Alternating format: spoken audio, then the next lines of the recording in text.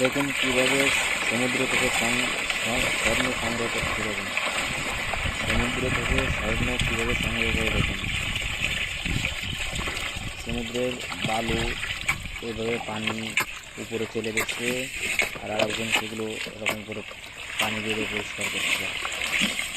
এভাবে অনেক পরিশ্রমের পরে কিন্তু স্বর্ণটা পাওয়া যায়। দেখা যাক আগে যেভাবে ওনারা স্বর্ণ খুঁজে পায়।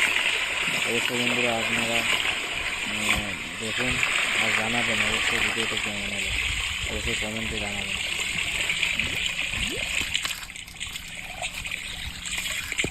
স্বর্ণ পাবেন কেন যেখানে এই যে এর ভিতর না স্বর্ণ পাবেন, এই এর ভিতর এই যে বাঁচতে যায় এই একটা প্লেট, এই এর ভিতরে